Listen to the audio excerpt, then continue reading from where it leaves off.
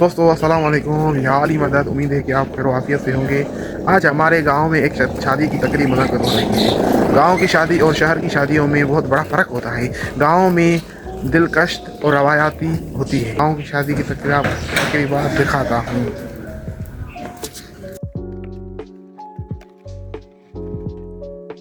गांव की शादी यानी एक बहुत बड़ा त्यौहार होता है, जहां सिर्फ लजीज खाना नहीं पकता, बल्कि सदियों पुरानी रवायात और इज्तिमाई मोहब्बत भी शामिल होती है। बड़े बर्तन और खुली जगह में खाना आमतौर पर घर के सहन या किसी बड़े खुले मैदान में पकाया जाता है।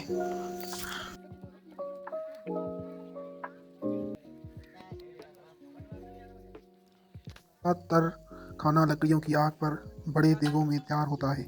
उस आग की हल्की आंच और लकड़ी का धुआं खाने में एक रवायाती और गहरा जायका पैदा करता है, जो बिजली या गैस पर पकाए गए खाने में नहीं होता। तैयारी में सिर्फ पेशावर बावर्ची ही नहीं, बल्कि गांव के बुजुर्ग और नौजवान भी शामिल होते हैं। वो मिलकर सब्जियां काटते हैं, मसाले पीसते हैं और बड़े पैमाने पर आटा गूंदते हैं।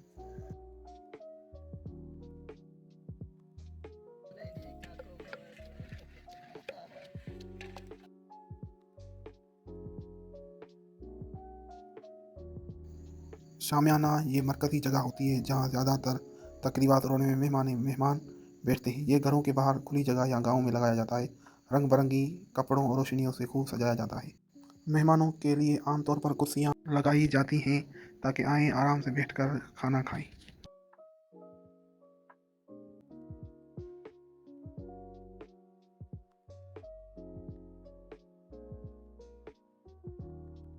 सबसे पहले दुल्हा के रिश्तेदार और उसके हमसायों को खाना दिया जाता है।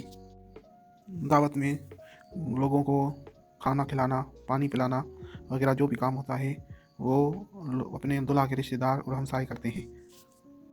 टेबल पर बर्तन रख लिए जाते हैं, फिर उस बड़े बर्तन में सालन लिए जाते हैं और हर कोई अपने हिस्से का उसमें निकाल कर खाना खाता है।